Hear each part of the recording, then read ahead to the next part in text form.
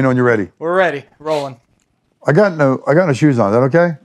Oh, I don't care as long as your socks are clean. Wow. Welcome, everybody. Welcome. Hey! Here we are again. I like when you do that. Yeah.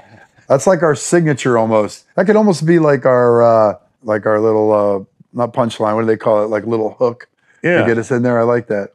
Good to see you, bud. Good to see you, man. It's been a while. Been a couple of weeks. Jason Sedowy, good to see you. I'm glad that we're back because sometimes, like when I don't see you for a few weeks, It gets lonely, man. you know what I'm saying? You know, it's a little weird. Life is crazy, isn't it? Crazy shit. Just like that. Boom. You know, a month goes by just like that. Our last episode was with Frankie. Frankie. I want to thank you, Frank, for doing the podcast with us. It was a good visit. We had good energy. He's a badass singing And there's fool. all those Long Island people, they all got that something, you know, that music. The music was so big up there back in the 60s, 70s, you know, and so on. But I mean, it seemed like almost everybody knows everybody. Like you get a guy that comes in here. If you go to Long Island or anywhere up there. Yeah. Hey, it's Little Johnny. It's like Joe it's Bazooka Bob. You know, Billy Joe from, you know, and then you got to hear about the Good Rats at every single. You know, Skinny Tom was the bass player when we were 13. Had you ever heard of the Good Rats? Yeah. Okay, everybody's got to talk about the Good Rats. Everybody's got to talk about Dee Snider, or they got to talk about Zebra, and so on and so on. Yeah. But you know what? Good for them because that was the time. That was the deal. That was the deal back then. But you know what? You think about down here in South Florida where we are. You know what I bring up the other day? Who was it? I was with some friends and I bring up the Mavericks because there's not a ton of bands that came out of this area that had huge success. I mean, I don't know if there was really any, not saying any success, but huge success. I mean, if I was to think of the state, maybe I would think of obviously Tom Petty. You know, Tom Petty was just a local guy. You got Leonard when I used Skinner to play up there in the early '80s. You got Leonard Skinner. You got Leonard Skinner. You know, I wouldn't say Allman Brothers, more of Macon, more Georgia. There are a lot of Latin artists from down here that became very big, though. Very big. Yep. Yeah. Not a ton of rock bands out of South Florida. Yeah. That I'm aware of. Well, not even country bands. I mean, no. The Mavericks.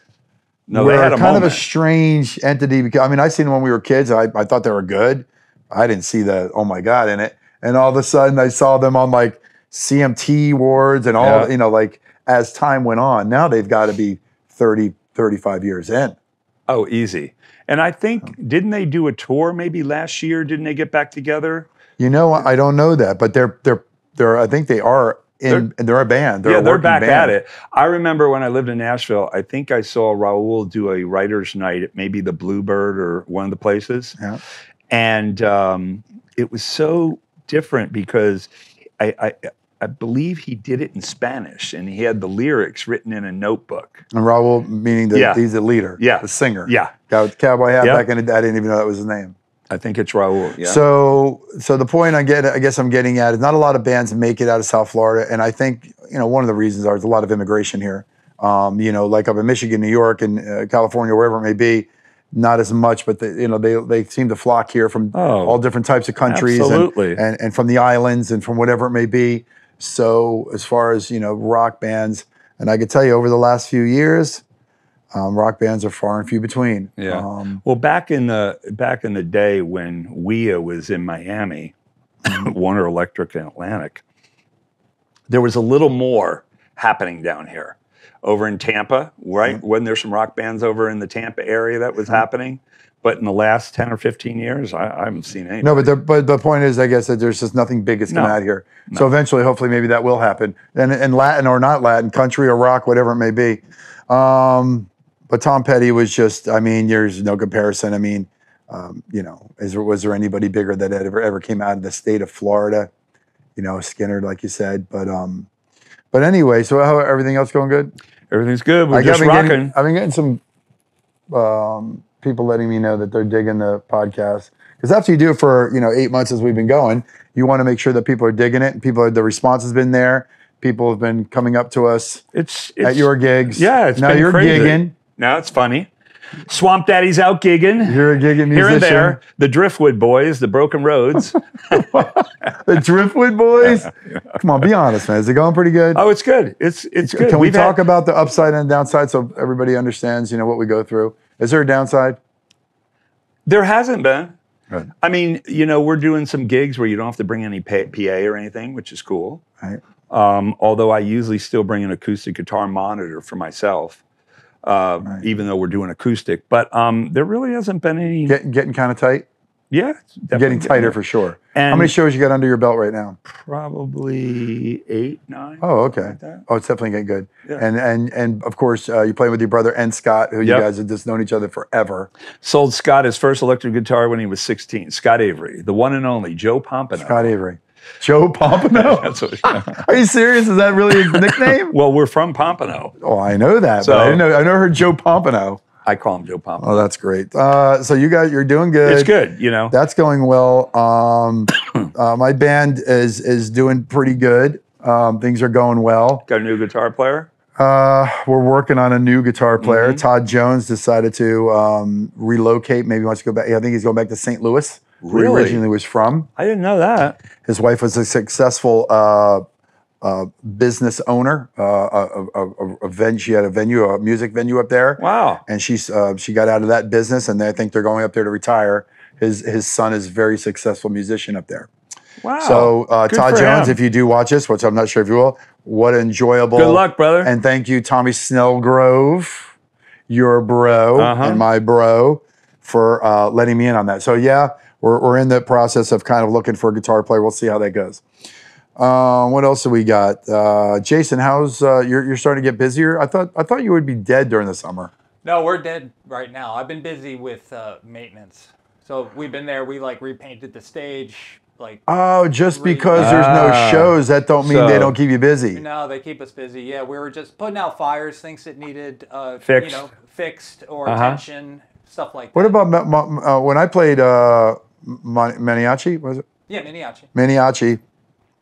They said that you guys were going to take over that place and start bringing in some updated audio or changing things around. Is that in the process also, Maniaci? That is in the process. The refurb is, I think, going on now, actually. Their budget got approved. They're getting some new gear. The theater's getting a major upgrade. Wow. Yeah, Broward Center took over management of that space. Oh, okay, I think just a little over a year ago. All right, good. So, but that's good for you because obviously there's more work or another place for... Yeah, it's another place I can get booked. I'm pretty much full-time run crew at the Parker now, which is great. I've been doing more lighting gigs there. You get me a job there? I may need another job.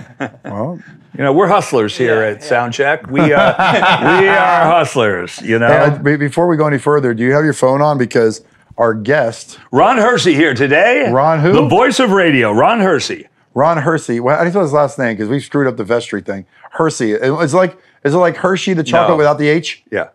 Okay, there you go. As far as I know. Ron Hersey. Would you like to tell our viewers a little bit about Ron Hersey, the little bit that you know? I have known Ron for, I don't know, probably 30 years at least. Back when we had the original Ridenour rehearsal, Ron and Sonny Fox, his partner, they were on the air together for many, many years and extremely popular down here in the South Florida area. And they had their own little voiceover studio in the back of our studio.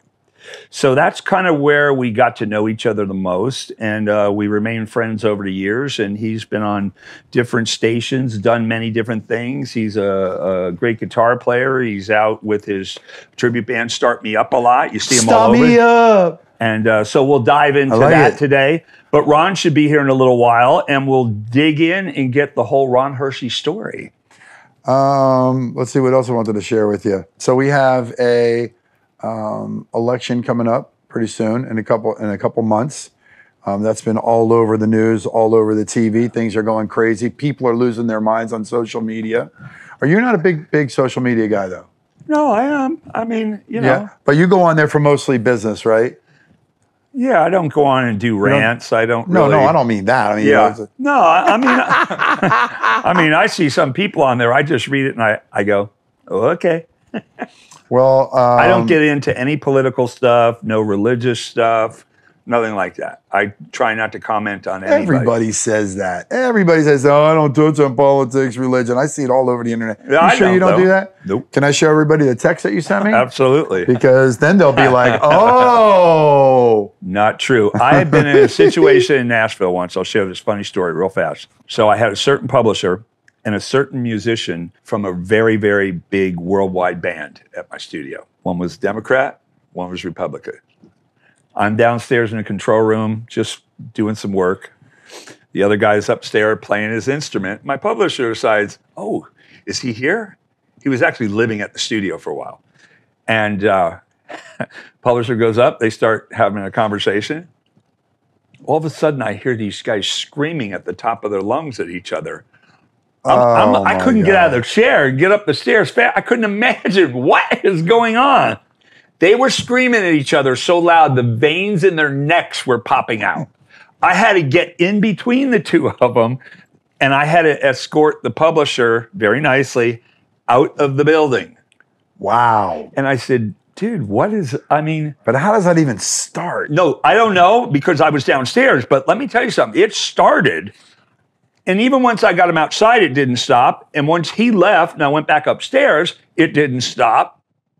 When I first moved to Nashville, the first thing everybody said to me is, don't talk about politics, don't talk about religion, and a litany of other goofy little funny things, right? But those were the two main things. And I don't know, I didn't do that before I moved there anyway, but that was like the insight into, wow. And I'm talking 20 years ago, or close to it, 15 years ago. So yeah, I'm not big on... How do you feel about, well, obviously it's not good, but the Taylor Swift thing, getting threatened, these kids. It's just horrifying. It's disgusting. When we were kids, did that ever happen? Like ever at any concert? Have you ever heard anybody ever? Kids got in trouble because they were screwing around, but no, I'm talking about, has anybody ever assassinated like the dime bag thing?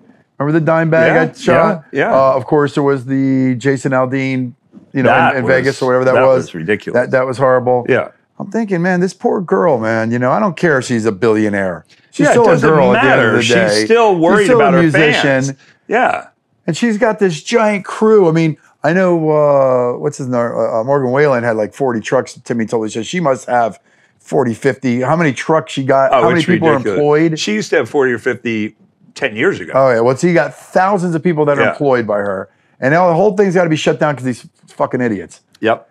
And do you know the backstory on any of that at all? Did you see it? Did you hear it? Did you read it? In fact, I saw a little blurb yesterday saying she just finally resurfaced from it all. Well, and I think she's doing Wembley, and that's big. That's what I heard I think recently. that's 2 or 3 days, right? Can you imagine the security? Unbelievable. Oh, she hired her own company. That's what I heard. In addition to all the security at Wembley, she then hired her own company, Can you imagine too. that? This is just a kid. I mean, she really just, it was 30 years old. I don't know how old she is, but 34, I think. I mean, she's just out there trying to play some music and all. Come on, man. Well, what happened to this world, man? I mean, just because she's got a lot of money doesn't mean anything. Oh, can you imagine God. thinking that you got to hire your own security team? Well, you know what? I played at Sharky's last Sunday, and I had my own security team. Oh, yeah. I had my own security team. They come in with me. They screen, the whole area, make sure they're none of my enemies, because I do have several. Dude, you wouldn't even believe I got another story off camera I'll tell you about.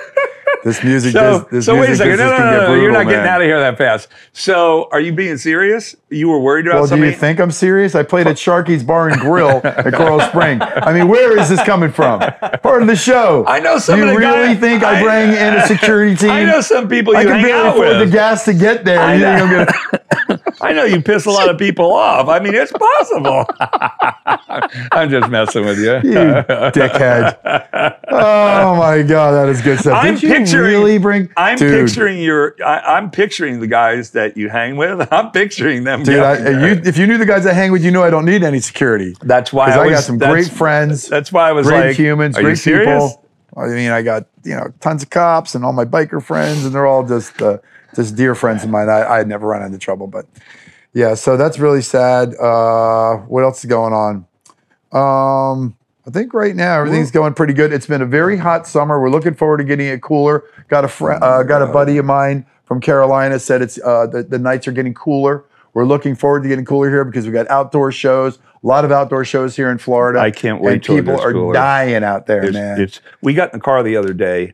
It was 98 degrees on Monday to go to our daughter's house. Yeah. It took us 15 minutes to get the air where you weren't dying. Suggestion, start the car up before you go anywhere. Yeah, I've been doing that lately. I mean, we've been dealing with this for years, but it just seems I don't know harder what than it is. I don't know if it's because we're older, but this year, it seems like it's the worst. Yeah, I said that last year too, yeah. I did. I said that last year. I was just like, I can't even believe how freaking hot it is. So this year, I cut back on the outdoor shows. Big time, I cut back. You have I think to. I've only done like 2 or 3. It's just too much. That's one of the big things I miss about living in Tennessee is the change of season. Because we never got snow where you were snowed in or anything. You got snow on the ground for a few days, but you saw the seasons change. You know, you can start wearing a jacket. It's by October. It starts the leaves are changing. I mean, you get to experience that whole thing. Here, it's just hot. Well, let me ask you this: I hope Ron Hersey is going to be a good guest. Oh, he's going to be great. Are you sure? Yeah. Because we're counting on you. Because you bring in Ron, an old friend of yours. Yeah. I just hope he knocks it out of the park. Because I'm going to drill him with a couple great questions too. I got a list of questions that I'm going to ask him, and hopefully it'll be another great show. So Jason is here, and Jason Sedaway. Keith, not Randy Ridenour, Swamp Daddy, and I'm Jim Robinette, better known as Mudbone, Jim Robinette. This is Sound Check, everybody. I want you guys to hang in there. Ron is going to be here in a few minutes, and we're looking forward to it. So stick in there. Oh, by the way, subscribe. Please. I know it takes a couple minutes, but it's worth. Who knows? Maybe quicker for some than others. Subscribe, all right? We'll be right back. Right back.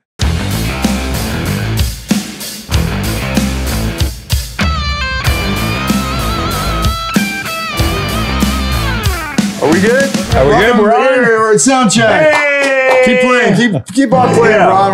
You're giving my background music. We got Jason Sedaway is here once again. Jason, it's good to see your smiling face. We have Keith, not Randy, Ridenour. Ridenour. And we, of course, have our amazing guest, Ron Hersey. Yeah. Ron, thank you for being here.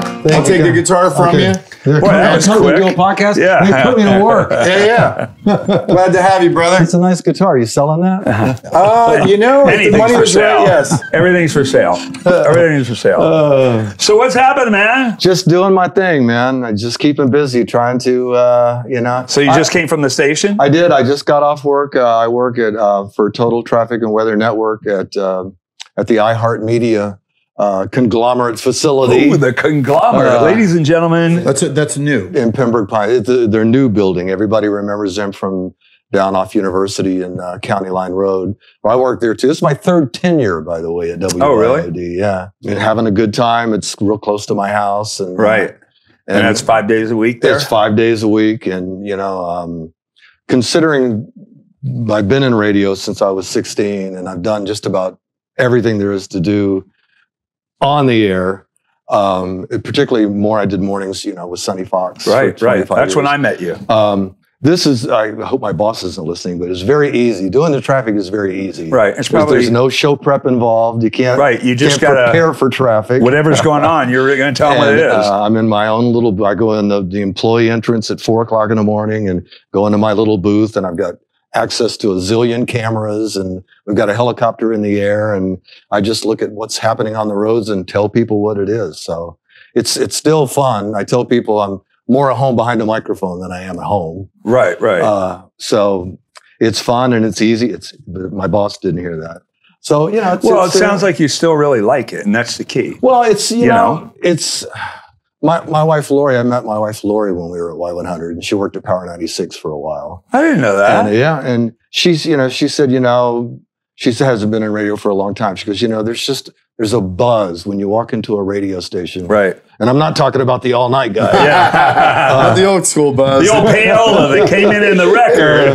But there's just there's an energy in a radio station that you just don't get in 8 to 5 office. Tell us about that. I've been in the old iHeart, but when we say old, it was pretty amazing. The old one. I mean, it was a huge, giant building. Yeah. Alex, I don't know if you know Alex and Cena, but Alex, he was a singer in a band called Big Rock. He walked me around. He did some voiceovers there. So he showed me that facility. But tell people, like, when you walk in, are you saying, when you say a booth, is there just a whole bunch of rooms with different stations from all over the country? And how does that work at iHeart? Well, it's there. First off, there's like 7 stations in the building. That's what I was wondering. Are they all local stations? They're all local stations. That are all owned by iHeart. Well, it's like the South Florida cluster. Gotcha. Is what they call it. I won't use the other word that comes after cluster. No, but seriously, and it's a really professional operation, and the on-air, quote unquote, on-air studios are a little bit bigger than I'd say they're about the size of this area we have here, and but then. And total traffic is over in a corner of the building, and the studios are a little bit smaller. But we're using those new podcasting. They're not Behringer. I can't think of the brand name, but they're those little podcasting. Oh, the mixers. Little mixers. Yeah. No, gosh, I wish I look at it every single day. You think I'd remember it, but I just have a little mixer, and I do traffic for WIOD, and then I also pre-record traffic for all the West Palm Beach stations. Oh, okay. But there are people, we've got people all over the country doing traffic reports. So it's live. Some are live, some are pre-recorded. Right. So how long have you been there? I'm coming up, it's a little over a year and a half I started. But you were there a couple other times? Yeah, I worked around 2001, I think. Mm-hmm. I tell people I can't keep a job. I came down here in 1980 to work at WSHE. She's only remember it well, yeah. Which is where I met Sonny Fox. Right. I was in the building like 15 minutes before Sonny walked in, and we met at the coffee machine, and just like sort of there was some weird connection immediately. I think part of it was the fact that we were both hillbillies, and we had the same influences, comedy influences. We were both big fans of Firesign Theater. That rings a bell. Yeah. Of course. Second City Television, Monty Python. Yeah. So those were our influences. And so we started doing bits immediately. Like within the first day we were doing stuff. So we worked together. And after when Bill Tanner left Y100, he actually called Sonny and said, look, I'm leaving Y100. He went to Wash FM in DC. And he said, look, I'm leaving Y100. You really need to call. David Ross was the GM. And to Sonny's credit, he called David and he said, look, if you want the morning show that you're listening to on WSHE, it's not just me, it's this guy, Ron Hersey. And I mean, I'd only been in Miami for that was nice of him. It was super nice. Really nice of him. But it was smart for him too. Yeah, because you guys had created a little vibe. There was like a whole thing going there. And I'd only been in Miami. I was born and raised in Fort Pierce. So I was like, Fort Pierce in those days was like Mayberry. Right. My dad was basically Andy Griffith. He was a cop. He had a badge. He wore khakis. I was Opie. We went hunting and fishing. And, and I came down here in 1980 in the midst of all the cocaine cowboys. Right. So it was a real culture shock for me. Scarface. Oh, my God. And so after 2 years at WSHE, we went to work at Y100. What years were those around, like in WSHE? I came to WSHE in 1980, and I think we made the move to Y100 around 1982, somewhere in the middle of 1982. Okay. And while WSHE was like total culture shock, God, when I hit Y100, it was like getting on a rocket ship. Right. I remember that building right on, was that on 995? Cox is now, where, I don't know what the call letters are, but right next to the Denny's on Sheridan. Right. Yeah. Right off 95 there. Yeah. I remember that. So then we were there for 5 or 6 years, and all the trappings that come along with what was going on. But you guys were huge at Y100. It was like being there were billboards. There was everything. I remember we had posed for pictures for billboards and bus sides. And I remember driving home from work one day, and I'm sitting at a red light, and I thought, God, it feels like somebody's staring at me. I could swear somebody's staring at me. So I looked to the right, and it was me on the side of the bus. I didn't even know they'd come out yet. I was like, oh my God, Yeah, that was That's great. that was the closest I've ever come to like being a rock star. Right. Like that. It was the tail end of the golden era of radio before the corporations come in and took over. Right. And not that what they're doing now is bad, but Yeah. It was just different. in those days, it was owned by individuals and families, and they weren't Right. afraid to take chances. And David Ross, who was the GM at Y100, I've often called him the P.T. Barnum of radio. There was nothing he wouldn't do to get attention. Right. Everything. If we had like an appearance at a nightclub, he'd hire a bunch of limousines to park in the front, Right. empty, just so it looked like they were celebrities. you know? Right. And it was like, Power 96 gave away a car. Well, we're going to give away 4. And they're going to be the pace car to the Grand Prix. And so-and-so gave away $100. That's well, great. We're giving that away he- 1,000. Yeah, that's great. Oh, he had big ones. What were some of the shows? Just give an example of like something that was really cool, like an appearance you guys would do, maybe a big event, concert. Did you guys bring on? Did you guys do intros for concerts? Did you do festival? What kind of event would you and were you and Sonny a pair too? Would you guys get hired to show up as a team or individually? Or Sonny used to tell people we're joined at the hip. We did everything together. And he was really funny too, because anytime we posed for a picture, he would be on this side. Because then when you looked at the picture, it would say at the bottom, Sonny Fox and Ron so it Hersey. lined up. He was intent on that. Well, one of the big things, and credit to David, was that infamous Prince concert at the Orange Bowl on Easter Sunday. And it was actually 99 Jams actually brought him in. But David and Y100 had such influence with the record label that they're like, you're not taking this concert away from us. It was the only time I've ever in my life seen 2 competing radio stations combined to co-promote a concert. Oh, wow. And they had the announcement of the concert at the conference room at Y100, and I forget, Prince's manager was there, and then the Catholic Church, it's sacrilegious. You can't have Prince sing on Easter Sunday, and it got to be like a huge thing. I mean, so it was all promotion at that oh point. my God. And we just, everybody, the whole place was fun. We were giving away tickets on the air.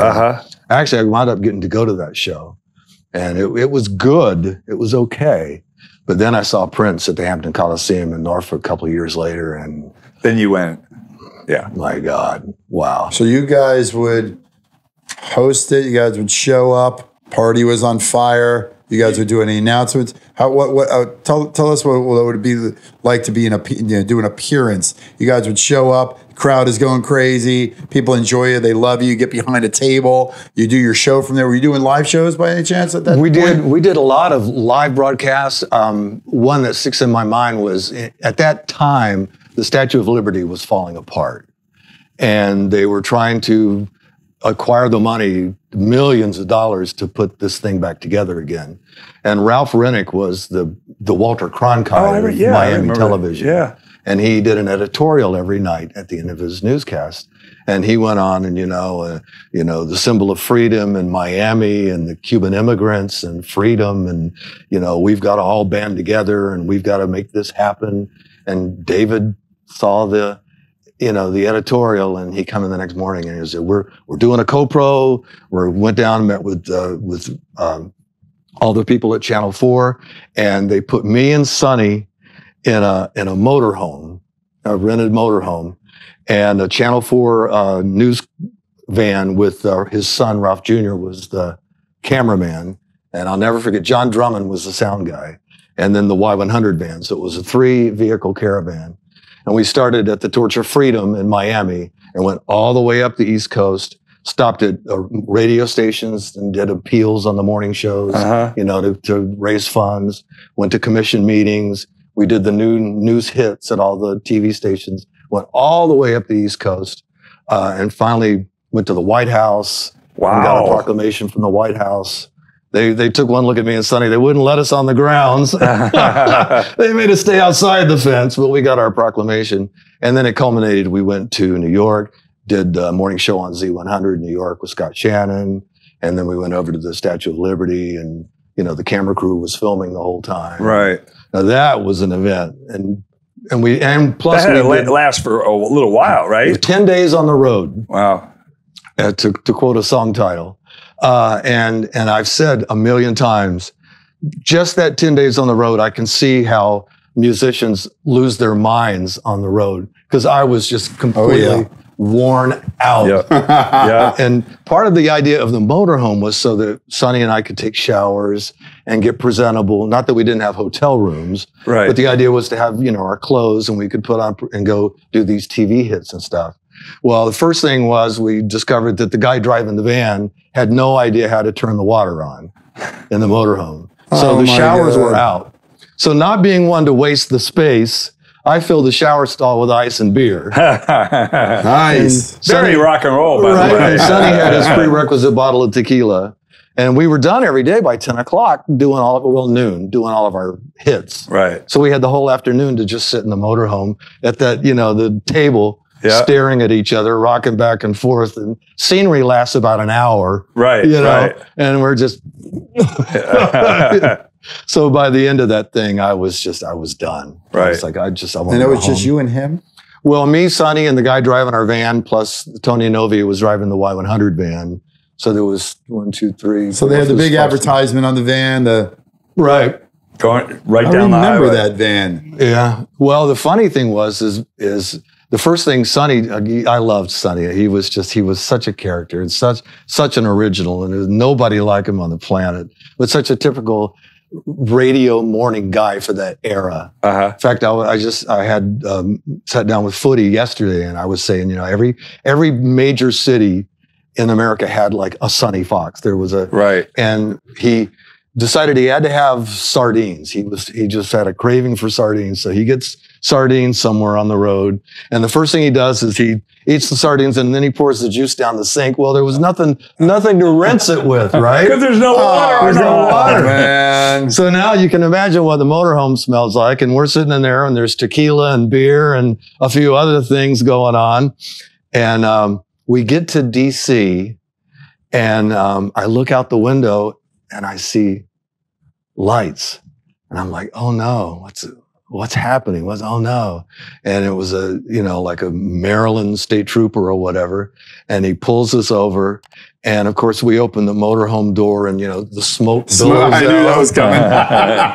and we're all like, holy crap, all this attention, all this media, and we're going to get busted and freaking watch. This whole thing is going to go up in flames. Right. Literally go up in smoke, and we're all going to get fired. And the reason he pulled us over was the temporary tag in the back window, and all the calamity had fallen down, and so there was no tag. Oh. So he was nice enough that once we put the tag up, but the motorhome eventually just got, in addition to the sardines, but after the end of 10 days, it just was completely destroyed inside. The closet doors were gone, and every time something would fall apart, we just put it in a drawer.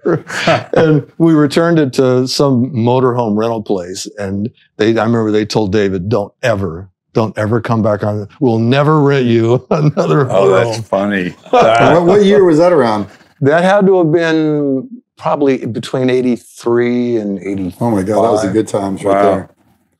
So, because we had only been at Y100 for a few years, and I'm pretty sure we started at 82. So whatever, I just got to ask, whatever happened to Sonny? How did he pass, and when did he pass, and then how many years ago was it? And well, when we finally, the last gig that we did together on the radio, we worked at KISS, which, by the way, and you know how wonderful Nashville is. And for a hillbilly like me who grew up listening to country music, when I grew up, it was the era of the duets, George and Tammy, and Porter and Dolly, and Conway and Loretta. And so to be in Nashville and go to the Ryman and go to Ocean Way and do your show from Ocean Way Studios and Emerald Studios and go to all these places, I was just in heaven. And so that finally fell apart. You reach that law of diminishing returns where you get that last year of that backloaded contract. When they still had contracts, and they start looking at your contract and looking at the ratings, and that was the end of that. And that was when Sonny and I decided, we're tired of working with the radio stations and dealing with general managers and arguing over what we think is funny and what they think is funny. And, let's just do the humor. Did you go to KISS after a Y100? Well, Majic was in between. We That's met right. at SHE. Because I remember Majic. 2 years at SHE, 5 years at Y100, 7 years at Majic, and then 3 years. Well, I got to the third year of the KISS contract, and then that fell apart. And that was when we tried to start a comedy service and just do the comedy stuff and sell it to radio stations. And we were on a few pretty high-profile stations, but it just wasn't bringing in the money. And I think we were talking before the podcast. That was when all the sports, Dennis Miller kicked it off. They put Dennis Miller on Monday Night Football. Right. And you know how broadcasting is a funny thing. When one big fish does something, all the little fish follow suit. And immediately after Dennis went to Monday Night Football, next thing you know, Tom Arnold's on Best Damn Sports Show, and Jay Maher was doing whatever he was doing. Right. And Joe Rose and Jeff DeForest were doing mornings at QAM. And Joe had just a tight schedule doing TV, traveling out of town to do the Dolphin games. Right. And something had to give. And the radio part was the one thing that he was like, I'm going to. So I saw an ad. They were looking for a co-host. And I kind of read between the lines and figured out they were looking for a funny guy, a funny man. As Sonny would call me, funny man. And so I went and had a meeting with Greg Reed and Duff Lindsay, and they said, what do you see your role as on the morning show? And I said, I'm like the Dennis Miller on Monday Night Football. And they both looked at each other and did that. And I said, yes, I've got that job. And Sonny was a little miffed, and I don't blame him. I mean, we'd been together. So in other words, you split off from him at that point. So, and you did your own thing because you needed to get paid. I had this thing about needing to have food on the table. Right. And I don't blame him. And he was, he wasn't like, he was, I think he was hurt more than anything else. Right. So to his credit, he had been longtime friends with Lee Abrams, who was an industry legend. He was the guy that literally gave birth to rock radio, what we called underground, before it became AOR, album-oriented rock or classic rock. And Lee had just started Sirius XM a few years before that. And so he hooked up with Lee, and there's, I guess, the Raw Dog is the comedy channels, and he put Sonny in charge of the comedy channels. So Sonny and his wife Janet, who was also on the morning show at KISS, would host the morning show. And he's typical Sonny. He'd always had this goal of, I guess maybe it had something to do with our road trip to the statue. He always wanted to just live in a motorhome and see the United States and travel the road, So he's doing this morning show, and they had him flying around to comedy clubs because at the time, and there's not a lot of comedy material pre-recorded. Right. Not like, you couldn't just go on YouTube and download, Maniscalco if you wanted. You had to go to the clubs, and he had to set up all of his mics and and record all the crap. Right. Edit it, and it was a lot on his plate. So he went to Mel Karmazian, who was the head guy at the time, and he said, he talked him into outfitting a motorhome with a complete recording studio, so he could just go in and bring the mics in, plug everything in, and do all the editing and send it back to XM. And he told me about it, and then he goes, and then I realized, now I never get away from work. He goes, I can never go on vacation now. He goes, what the hell was I thinking? Oh, that's good. Well, what year was it when you guys were at the studio with me? Was that 96, 95? It had to have been. It's so funny. DJs always have to date things by what station they were at. Right. Or a hit song. Well, let's see. That was the Red Corvette, so that would have been. But I'm guessing it would have. I was at Majic, so it would have had to have been 90. I know it was 96 because we got a Macintosh, a Mac 9600. So it had to have been 96. Right, and you guys had the Mackie board back there too, right? 36 with the 24 channel submix. Expander. and I remember, this is Ridenour Studios, by the way, in Oakland Park back in the old day. one, Yeah. And Paul Pettit was our engineer. And I remember we were running out of space on the hard drive. And so we ordered a 17 gig hard drive. And you came in, it came in the mail, you know, and you came in and Randy came in and guys were coming out of the rehearsal rooms. Oh, 17 gig, you know, and it was like, you know, Lion King. Right. Let's let everybody around town know. Yeah, 17 gigs of storage. So yeah, it was 96 that and those were fun times. What too. do you do? Yeah. What would you do at Ridenour? Well, it started out that I discovered when I was in Vero Beach, I grew up, born and raised in the Treasure Coast and worked in radio for like 8 years at different stations on the Treasure Coast. And Woolworth, the local Woolworth came and said, we need a commercial. And I was already like writing. In those days, they actually had copywriters, so who wrote the commercials and then gave them to the production director. And I was one of those hungry radio groupie kids that wanted to learn everything. And so I had started dabbling in writing and I was learning how to produce commercials. So I wrote something, it was a dynamite sale, and Good Times was the big TV show. Oh. And that was Jimi Dynamite! Dynamite! Jimmy Walker. Right. So I did this commercial with dynamite and the whole sound effects and the whole thing. And Woolworth loved it and they paid me. And I was like, oh. Yeah. Oh, okay. And at the time I was working for a little AM daytimer, which is a whole nother story. Yeah, most AM radio stations, the signal travels further at night because of the atmosphere. Right. So most AM stations have to cut their signal at sundown. Well, we were so insignificant that they didn't, don't bother cutting you. Just sign the hell off. So we were a daytimer. We were only on sun up to sundown. So I thought, well, now that's interesting. So I started, when I would do a commercial, because I was so crazy about the whole industry and doing things that stood out and, you know, grabbing people with the first sentence. If you don't get them in the first 10 seconds, you know, you don't have them anymore and that whole thing. So I really did try hard to do commercials that worked.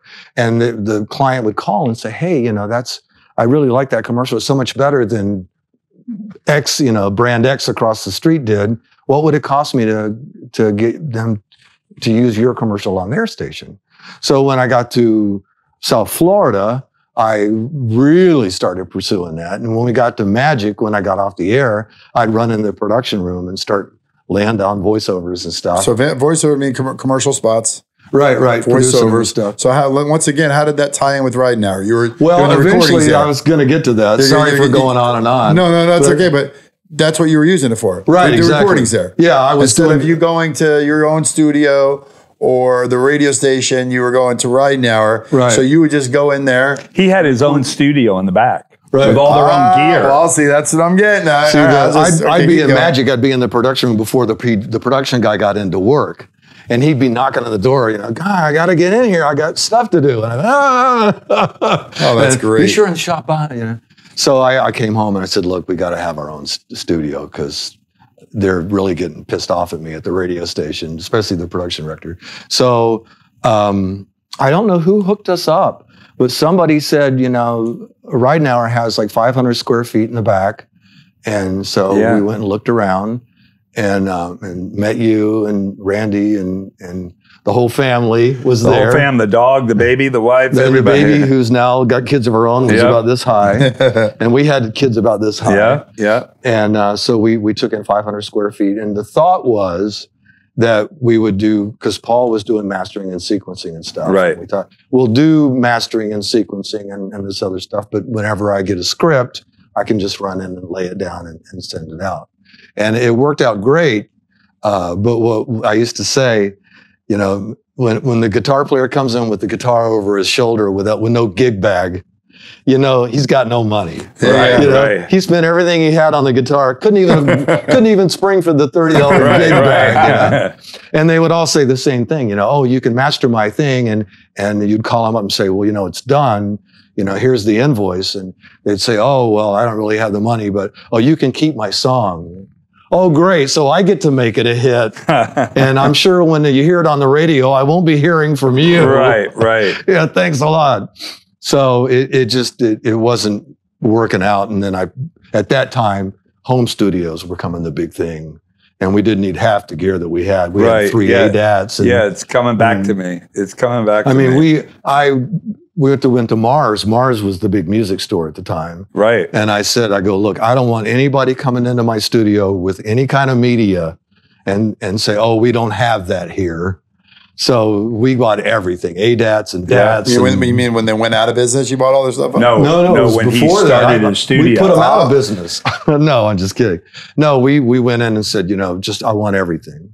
And I was so intent on getting the latest stuff that even the day we went in to sign the contract and take delivery of the gear, we actually changed.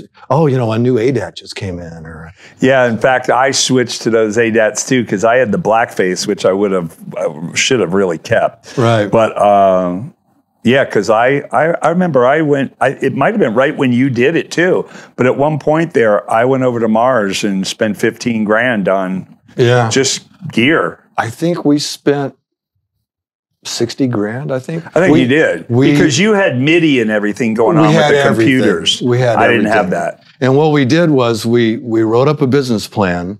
Lori, and my wife, Lori, I love you, honey. She is my rock. She is the brains of the outfit. Lori, she's the aggressive one. She wakes up with me at 4 o'clock in the morning and I'm stumbling around with my eyes closed in the dark. And she's up and running around and vacuuming and doing stuff on the internet. And we got 6,000 likes on that video we posted. She's up and doing it. Lori, I hope we get 6,000 likes on this video. Because it hasn't happened yet. So I took a week off from work and we wrote up a business plan and we made appointments with 5 banks, a different bank every day of the week, Monday through Friday. And we went to each one of them and pitched our idea. But what happened was Sunday morning before that first week, the Sunday supplement in the Herald was a thing about the burgeoning South Florida music scene. And in the Sun Sentinel, it was about the burgeoning home studio scene. So we'd walk in and I'd throw these down on the conference room table in front of all these suits. Well, I assume you saw this in the Sunday paper. This is what we're here to talk about. Right. So we called on 5 banks and 2 of them bid. So we took out $60,000, went to Mars and bought. And that's how you got the loan. Yeah. And hey, everybody. This is Ron. This is Keith. That's Jason. We're going to come back in just a couple minutes. And we're going to get into the good stuff. We're going to get into the music. Cool. Because that's the one thing we haven't got into is the music. We're going to rock. We're going to rock. We're going to play a little guitar. We're going to do a little singing. So I want you guys to stick around. Be back in just a minute.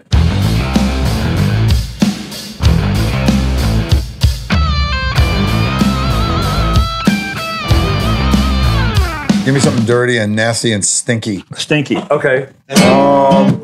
Hey, are we good? Are you sure we're good? Positive. All right. Welcome back, everybody. Here we are once again at Soundcheck with Ridenour Robinette, which I personally think it should be Robinette Ridenour. Why? Because this is my home studio, and I deserve for my name to be first. But what are you going to do? The only reason we did it that way is because the rhyme was better. This is about songwriting, man. Alphabetical order. Yeah. Oh, my God. Well, Lennon and McCartney. age before beauty. Here we are. Welcome back to Soundcheck. And here we are once again. With our guest, Ron Hersey. Ron Hersey. In the studio today. Hershey without the H. That's right. It's really Hersey, right? It is Hersey with no H in the middle. I wish it was Hershey. If it was, we'd be doing this podcast from my studio. That's right. Up on the penthouse. Right. From high atop the beautiful Empire Hancock building. We have had some people on where we weren't sure of how they pronounce the name. I mean, my last name is a perfect example. Ridenour, Ridenhour, so you never know for sure. That's why sometimes we'll ask, how exactly? But I knew yours was Hersey, though. Well, we go way back. Way back. We go back minutes. Yeah. Oh, that's okay. And I've enjoyed every bit of it. But you said you recognized my name, or you? I've heard you. I know I've seen you somewhere before. We've had Kimba on here. You know Kimba? I love Kimba. Work with Kimba. Kimba's a fan. We had her. We had her. I enjoyed watching that podcast. Yeah, and she's also now I think she's picked up a new shift at 105. Like in the last 24 hours? I heard her when I was driving up here to record this, and I was like, hey, now, I thought she was on at night. So I think she's doing middays now. She is a wonder. Talk about an icon in the radio biz. Oh, she's going to love to hear that. She's been here forever. She's really, we call ourselves survivors in the radio biz. She comes to a lot of my shows. She does, and she supports the local music scene. Yes, a lot. She does. And so she's very good. And I've just recently come to the realization that, I keep asking people, come to our shows, come see our band, come see our tribute show. And it finally dawned on me, I can't really keep asking people to come see our shows if I don't go to their shows. So we all do it. I'm making a conscious effort now to get out when we're not playing somewhere on the weekend to get out and see shows. Well, I would love to have you come to one of our shows, sit in with us anytime you like. Right. And I got 2 guitar players, full rigging. Cool. All you got to do, that'd be great if both of you showed up. Right. Got to go see the new endeavor that you and Randy have going on. The Broken Roads. The Broken Roads. I was going to see you guys the other night, but we were playing over on the West Coast, so I couldn't do it. Tell everybody what you're doing right now with your. We're going to start from the beginning, but right now you're in you have a tribute band. We have a Rolling Stones tribute show called Start Me Up. StartMeUpTributeBand.com. And we're on Facebook and on the internet. It's on the computer now, the internet. Yes, it is. But it's an 8-piece full-blown tribute thing, wigs, costumes, makeup, the whole deal. Mark Lichtenfeld is an amazing Mick Jagger. He's got all the moves. I don't know how he does what he does for 2 hours and sometimes 3 hours a night. Right. He's got endless energy. So Mark Lichtenfeld is our Mick Jagger. Tommy Tanise, we stole from Red Corvette, the Prince band, is our Keith Richards. Right. I play Ron Wood. Scott Borgmeyer is our bass player. Sean Leahy is our saxophone, one of our 2 saxophone players and percussionist and flautist.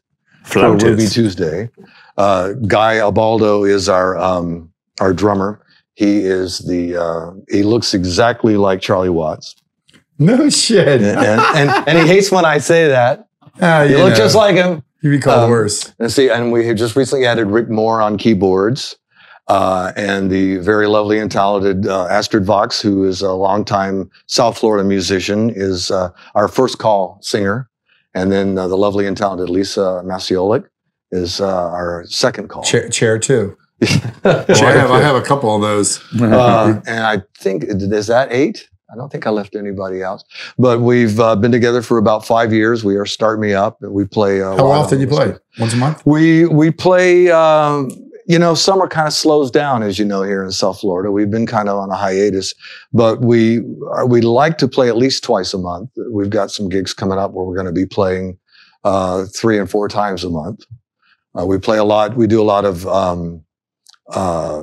homeowner association gigs over on the West. Fort Myers, Naples has an awful lot of golf and tennis communities, and we play a lot of those. You got Naples, Fort Myers, Bonita Springs. We played at the Hard Rock in Tampa 4 times.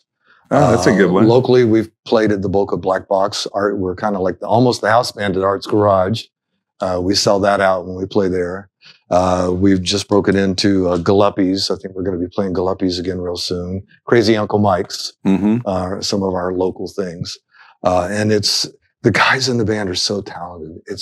And you being musicians, you know what I'm saying when I say you get on stage with really talented people and you know the material backwards and forwards. And it's like the song takes over and it's like you're just along for the ride. Well, it's a feeling of relief. It's just like, man, that feels good. Well, I like the word confidence. You have such confidence in the guys you're playing with that you can relax and enjoy the ride. Right. And we're at a level now where, God, I had this big grin on my face the whole time we're playing. And you guys still rehearse? We do. Once a month? We try to rehearse before a big gig. We've decided that we need to rehearse more. Because you know what happens? You're like, oh, yeah, we know. Yeah, we got it. Dude, all the time. Oh, yeah, we got it. And then you get on stage and somebody forgets a part. No, you got to. I mean, we just started this acoustic thing, and I'm telling you, if we don't play for a couple of weeks, I got to go back. I go back through them. Right. Even if it's just in my head, I got to go back through them because it's just muscle memory. Right. Too many other things going on. It's funny. I recently shifted. I was using a Les Paul because I've always been a Les Paul guy. And I know, the great thing about the Stones is they use so many guitars. You can kind of just pick one and it works. And I was saying, I really should get like I need more of a Ron Wood type. Not that he doesn't use a Les Paul. Right. But I need more of a Ron Wood type guitar. And he's known for his 58 Sunburst Strat. Yeah. And I'm just not really a Strat guy. I don't like single coils. Right. Unless I'm playing slide. And they're just too noisy for me.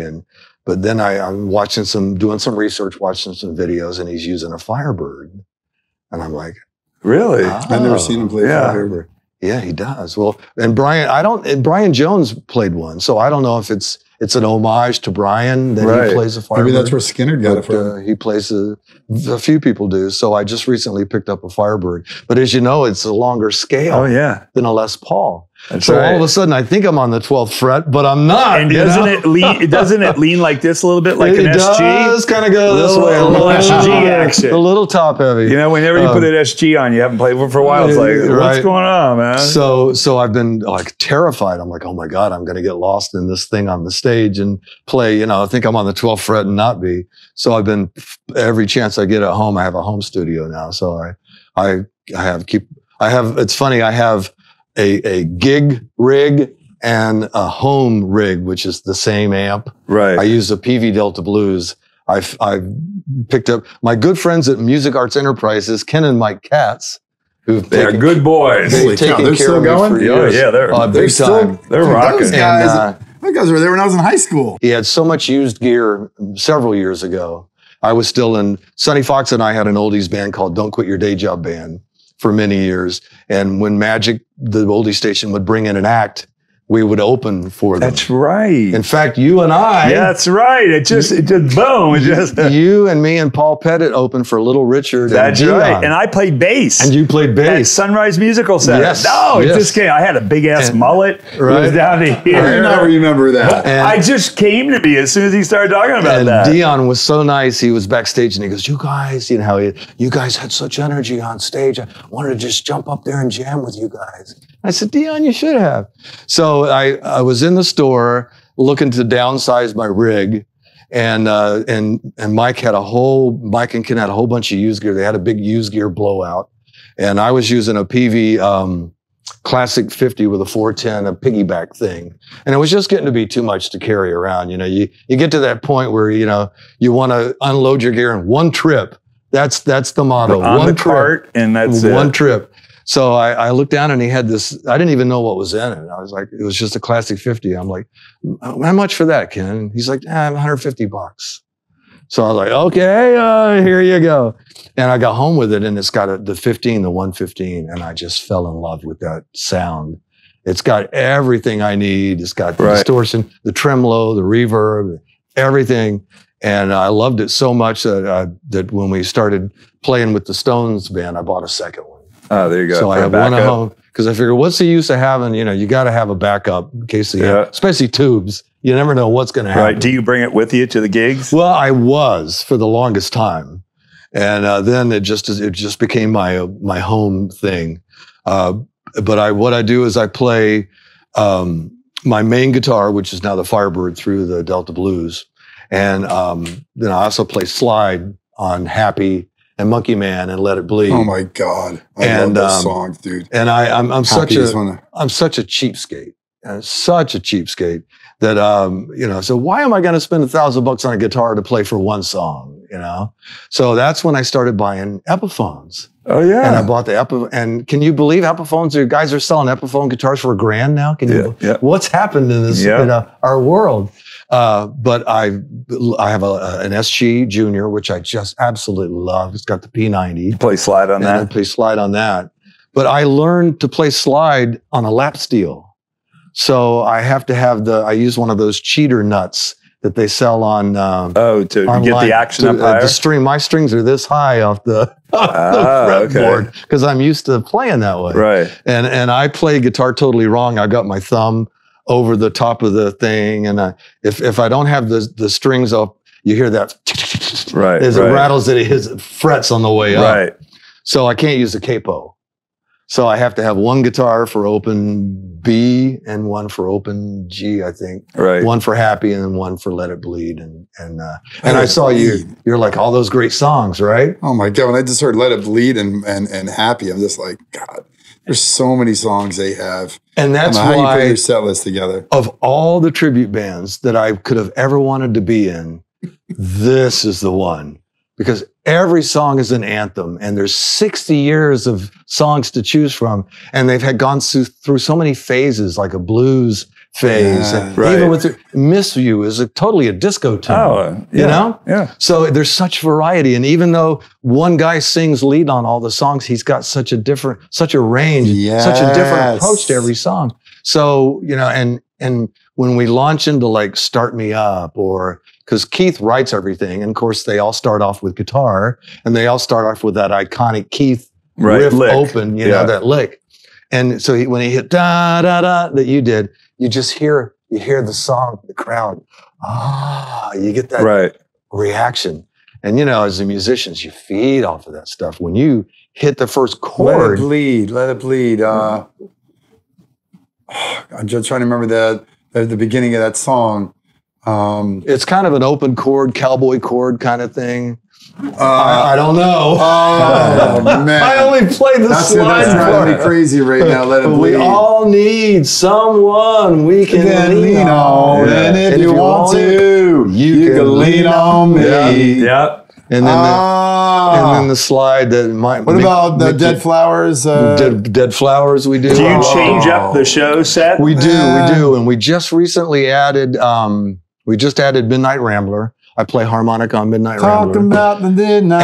And we just added She's a Rainbow.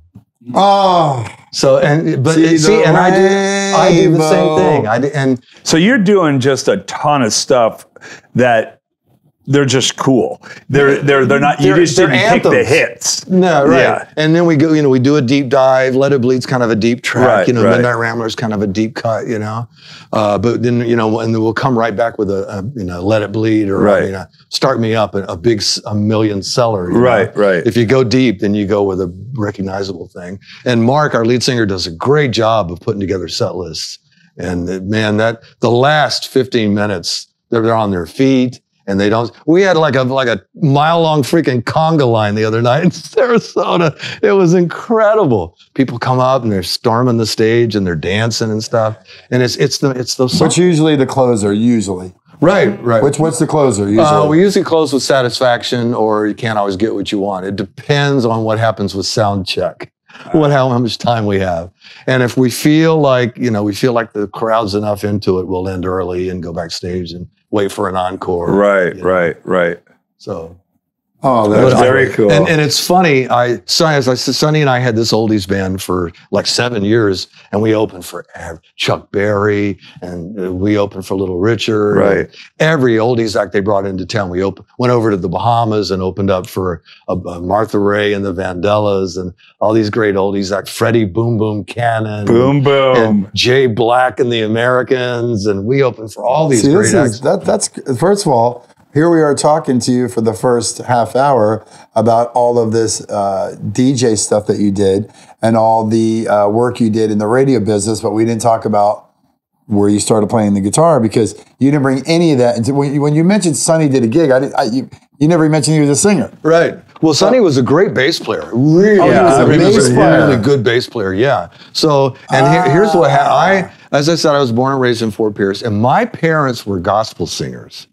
So my first exposure to live music was gospel quartets. They would drag me to some high school gymnasium in Stewart or Vero Beach, and we'd hear, like the Blackwood Brothers and the Oak Ridge Boys before they went pop, and the Statesman Quartet. And it was all those quartet 4-part harmony stuff, So that was my first exposure to live music.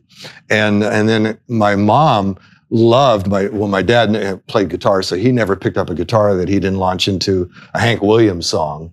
And we had the whole Hank Williams catalog. So on Saturdays, Mom would clean house, and she would, as we say, she'd make her playlist by putting a stack of albums on the console stereo unit, you know. Wow. And she'd put on a stack of albums, and the first one would be Hank Williams, and the next would be Dean Martin, and then it'd be, you know, Benny Goodman, and then it'd be Lawrence Welk, and then Dean Martin, and whoever else. And they'd play through, and then she'd flip them over, and they'd So play you didn't again. start playing that kind of stuff as a kid, though. No, but I had that exposure. You had it in you know? your head, yeah. And so the dad had an old K arch top in the corner, and I, you know, would pick it up and play on it. And I taught myself a few chords and stuff, and he showed me a few things. And then I reached the point where I was showing him a few things because he had very rudimentary, you know. Right. And I learned by ear, and there was a kid, my best friend lived 2 houses down, and we went through go-karts together and bicycles together and all that stuff together. And he had he had a snare drum. So we started jamming, and then he finally bought it wasn't even a floor tom. It was it wasn't even a kick drum. It was a floor tom that he turned into a kick. And we started jamming, and he knew a kid in school. He was a grade older than me, so he knew this guy who had a guitar, a 6-string, and neither one of us knew bass, but we taught him how to play bass on the 6-string. And we go to pawn shops and buy, you know, amplifiers. And then Jimi, the drummer, was a great carpenter, so he would take the guts out and build our own cabinets. And we bought an old Bose 2-channel mixer thing, and it was avocado green with those brown rooster knobs, like the on big it. knobs. Right. And so he built all of our. In fact, I still have the speaker cabinets for our P system that Jimi built back in the late 60s, early 70s. Wow. I still have them, and they still work. So we started playing. Our first gig, his church, the Methodist Church in Fort Pierce, had like a coffee house on Friday nights for the kids. And so we played the coffee house. Leslie, the bass player, had eventually invested in a real bass, but I was hooked. That's funny. You play before an audience and you hear a smattering of applause, you know, and it's like it gets I'm still in your hearing blood. just a smattering. So I know, Right. I know all about smattering. And it's like a drug, you know, and you can't get enough. So we used to rehearse at Leslie's garage. And one night, everything imploded. All of our homemade gear, it all went at the same time. And I pitched a fit. I'm like, you know, we're an established band now. We played the coffee house. So did you already get paid? Did you already get paid? I think we got money for that So how gig. old were you at that point? 15. Yeah. Because I couldn't drive. They'd have to come pick me up for rehearsals and shit, you know. And so I pitched a fit, you know, we're established musicians now, and we need gear. So I said, we need to take out a loan and buy equipment. So the parents had a parent meeting, and they all decided, well, you know, we'll each take out a loan for each individual child for our 3-piece thing. So my parents took me to the bank, and they took out a loan. And I was in private school. I couldn't get the day off, so Jimi and Leslie drove down to Ace in Miami. Oh my God! From Fort Pierce. From Fort Pierce, because you know that was where you went. Right. They drove down to Ace and they bought me a Super Reverb. And I forget what, I was using a Silvertone, one of those gold metal flake single cutaway, which I wish I had now. Bet you do. Craig Brody. Yeah. Yeah. I traded it into Craig eventually. But, and Leslie, I think, bought a proper bass, and Jimi bought a Ludwig drum kit. Wow. And we bought I don't think it was Bose. What was? Sure. Was Brogan. Brogan. We actually had a 25-watt Brogan head. Right. Well, we upgraded from the turquoise thing to one of the silver 2-channel things, 100-watt. And we played all the community center had high school hops. What was the name of the band? We started out as the Rebellion. It was a 3-piece band. Still got a picture of that band from the old days? I think I do. Send it out. That'd be great. Let's see that picture. And then Did you have a mullet? Well, my dad was a policeman, and my folks were very religious, so I wasn't allowed to have long hair in those days. Not then. So yeah, I was so embarrassed because all the pictures then I've got this they'd shave the sides. The hindsight almost. Real slick back thing. That was pretty embarrassing. But so we played around, and I played around in a couple of local bands, and one band fell apart, and I put an ad in the paper. I was working as the doorman, the usher for the Sunrise Theater, which is now a big concert venue in Fort Pierce. It was a movie theater when I worked there. And that's another great story. So I was the usher, and I changed the signs, the marquee out front. And so I was dying to get into a band because, once you do it, you can't stop. So I put an ad on the bulletin board at the local music store. I think it was Moritz Music, I think is what it was. And so I'm sitting at the front door ripping tickets, and this guy buddy walks up, and he looks at me, he goes, "Oh, it's you." And I go, "It's you, what?" He goes, "Yeah, I saw your ad." And I said, "Oh, okay." He goes, so we talked, and he said, "Yeah, I knew a bass player. This guy, Tony, was in the band." So he said, "Well, let's get together Sunday." And I go, "Well, I'm not old enough to drive, so you'll have to come pick us up." So he came and got us in his Chevy Impala and drove us to his house. And we rehearsed in the rec room, and they'd had a leak in the ceiling, so the drywall had rotted. So it was a big hole in the ceiling. So the drummer's mom goes, "Look, I'll let you guys rehearse here, but you got to fix the ceiling." So the drummer says, "Oh, I know where to get drywall," because he was working in construction building houses. Oh, right, because he used to build the amplifier. Right. So this is a different drummer. This is a new drummer. "Oh, I know where to get drywall." So he goes, "Come on, I'll come pick you up on Sunday."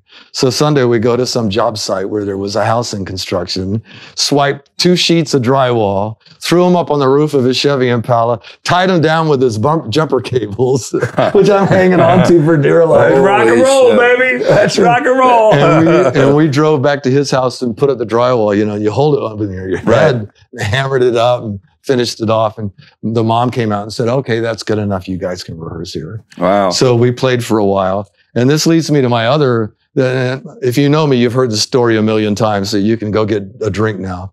He eventually left and went over to St. Petersburg. His dad had an air conditioning company. His folks were divorced. And so he calls me, he goes, "Hey," he goes, "I'm living in the commercial zone, and we got this big house with a practice room, and my dad's got an air conditioning company, and you can come over and work in the AC company during the day, and we can practice at night, and the cops can't shut us down," which I know you both also are very familiar with, the knock on the door. The neighbors are complaining. So I'm like, great. So it just so happened that I had just turned 18. So, I was going to turn 18.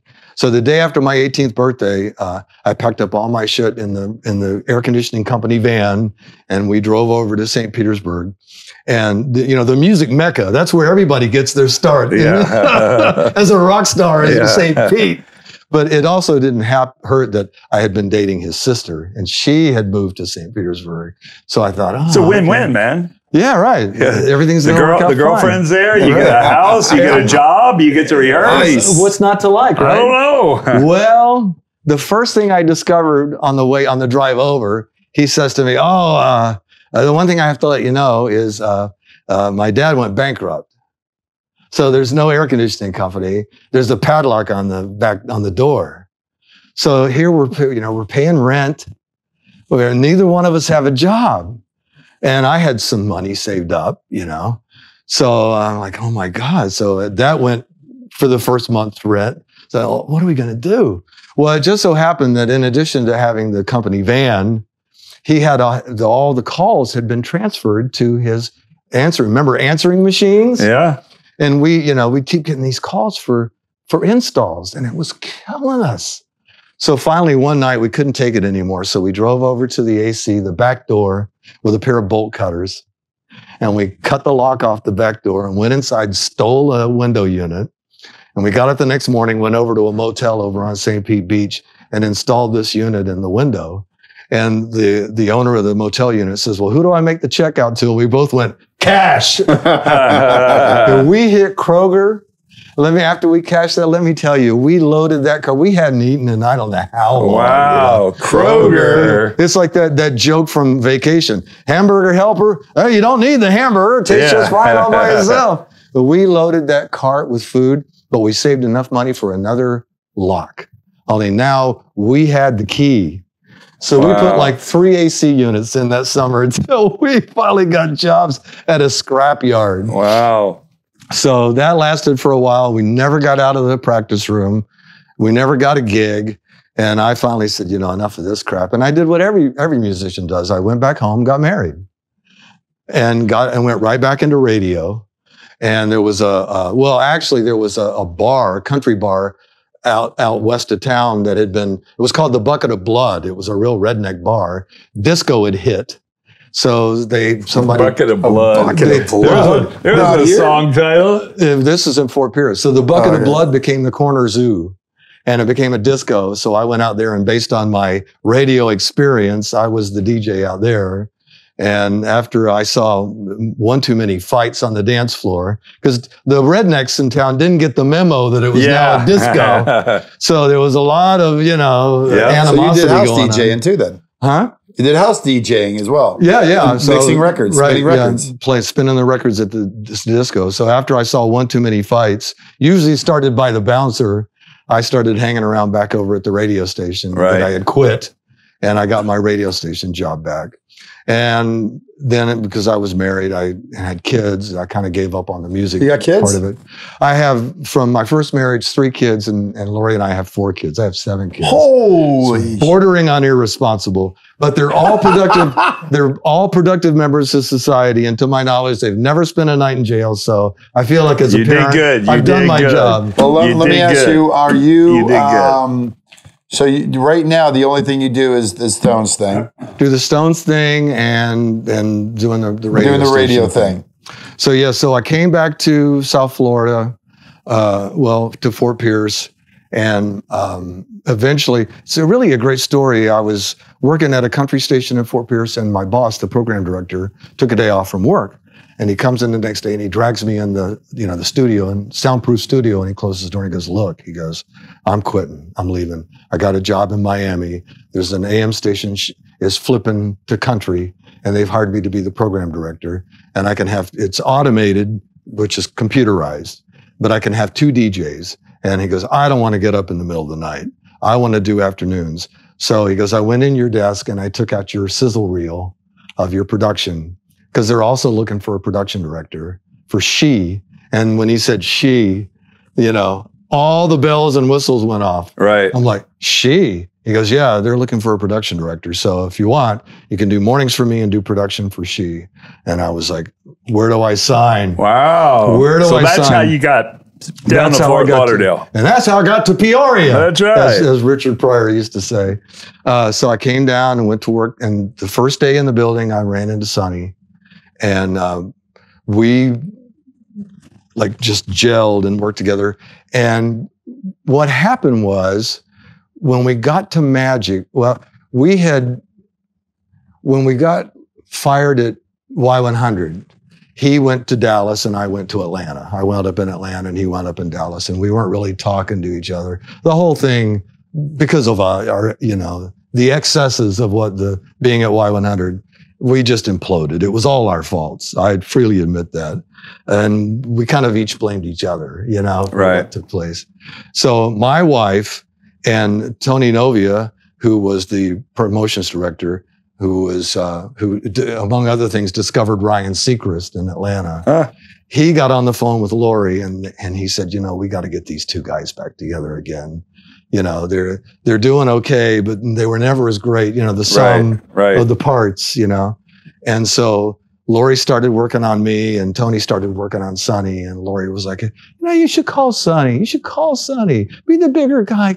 I had no idea that they were doing. Right. So I called Sonny, and he was like, I'm so glad you had the balls. One of us had to break, and I'm glad it was you. And we started working together, and that's when we thought about the comedy service. So to make a long story short, she was working for Eastern Airlines at the time, and I could ride for first class for $20, $15 for a coach and $20 for first. All I had to do was wear a tie.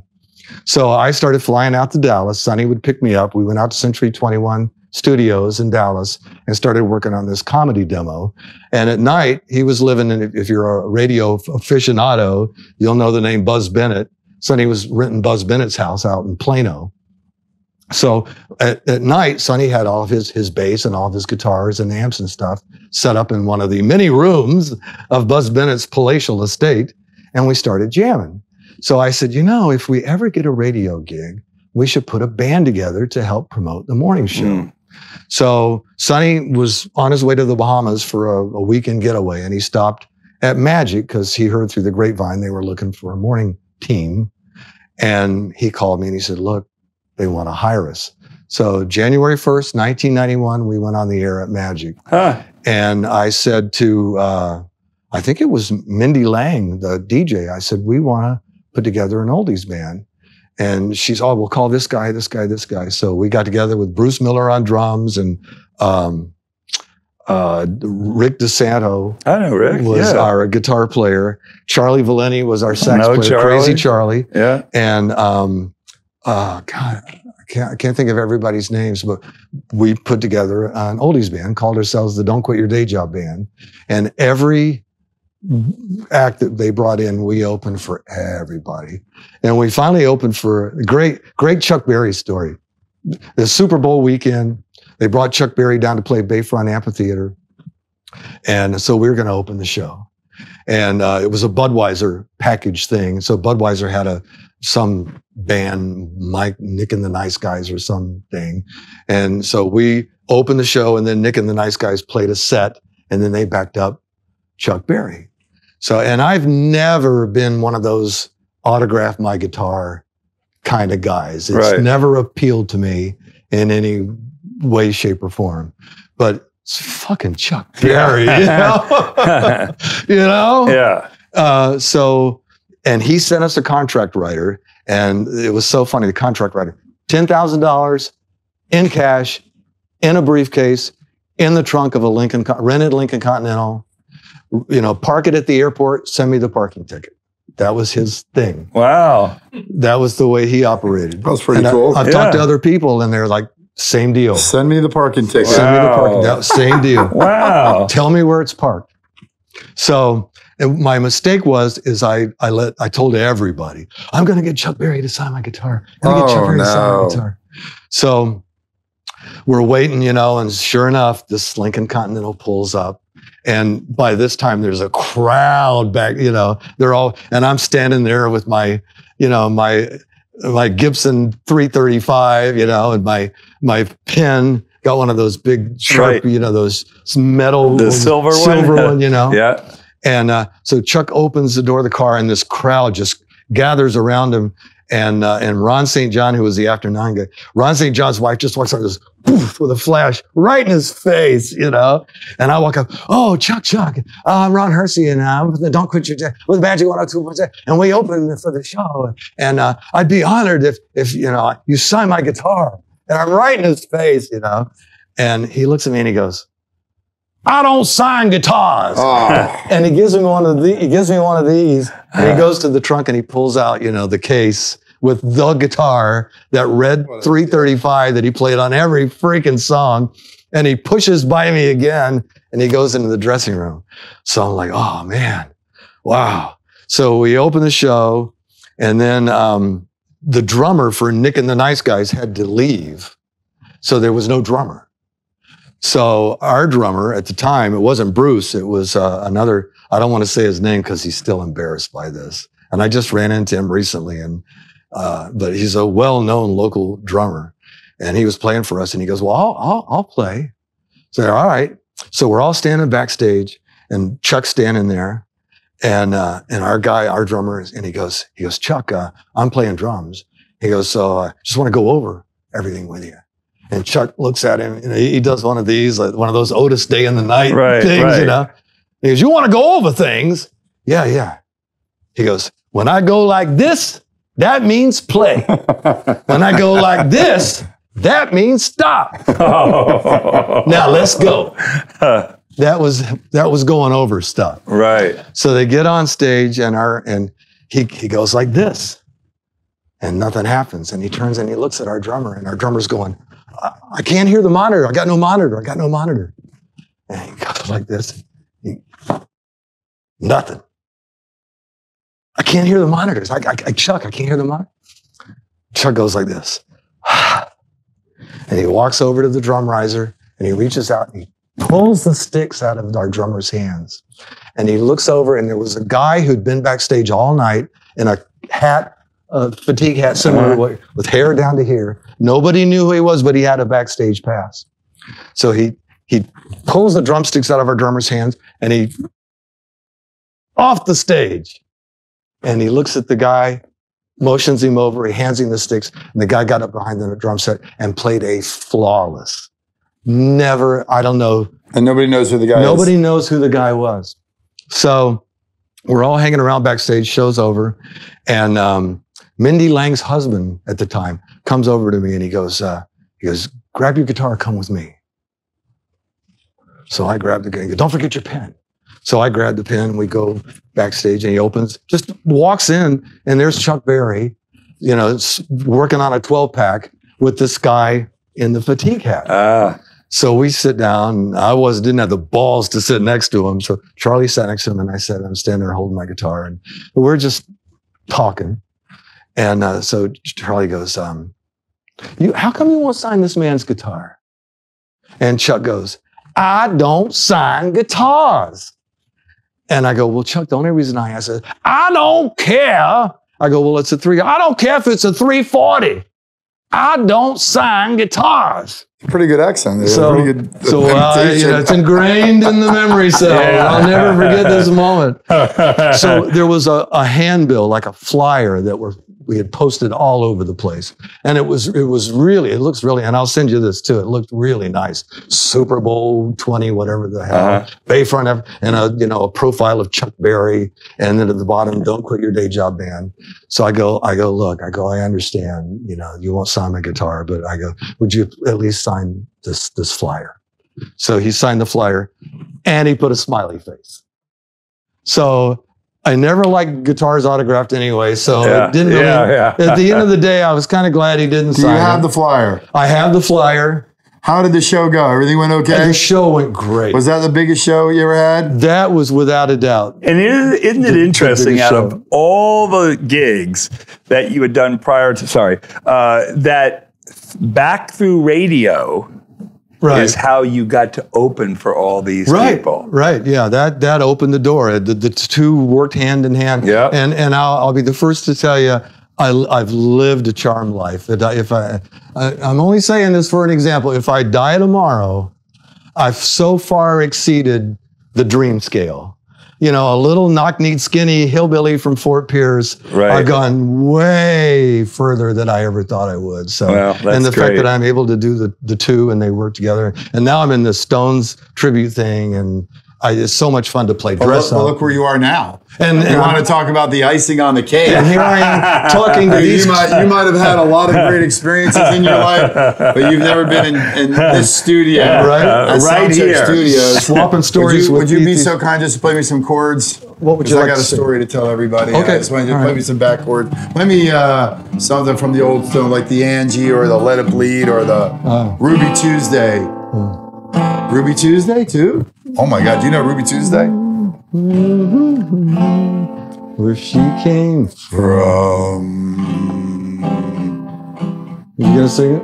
Oh, I'm gonna sing. Give me a second. Okay, let me see. Right, Ruby Tuesday, lyrics. Hang on a second. The lyrics. This is what us professionals do now. Go ahead, give me. She would never say where she came from. Oh no. Yesterday don't matter if it's gone. While the sun is bright or in the darkest night, no one knows. She comes and goes. Goodbye, Ruby Tuesday. Who could hang a name on you when you're changed with every new day? Still, I'm gonna miss you. I want to thank everybody for tuning in today. Brother. Ron Hersey, Hershey without an H, Keith Ridenour, not Randy, and Jason Sedowy. How exciting. With Jimbo Robinette. Jimbo Robinette. I'm just a music icon right here. Right here. This was one of the best podcasts we've had to date. What episode was this, Jason? Around season 2, episode 4. Episode Season 4. 2. Wow. When could we episode- possibly see this aired? They renewed. Jason We said. renewed a new contract. 90% chance it will air the 21st of The 21st of this month? Wednesday, yes.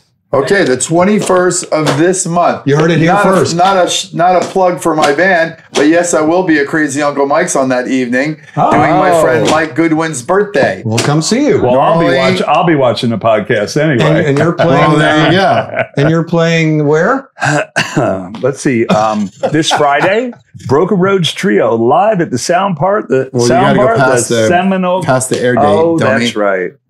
Darn it. He doesn't know. Anyway, thank you very much for tuning in, everybody. Make sure you Try hit to the give buttons you of applause. subscribe, Damn. and we appreciate it. Let's have a round of applause for Yay, Jim Ronnie Robinette. boy, bravo. After all, he did all the work. Come on, put my big round of applause for me. Thank you.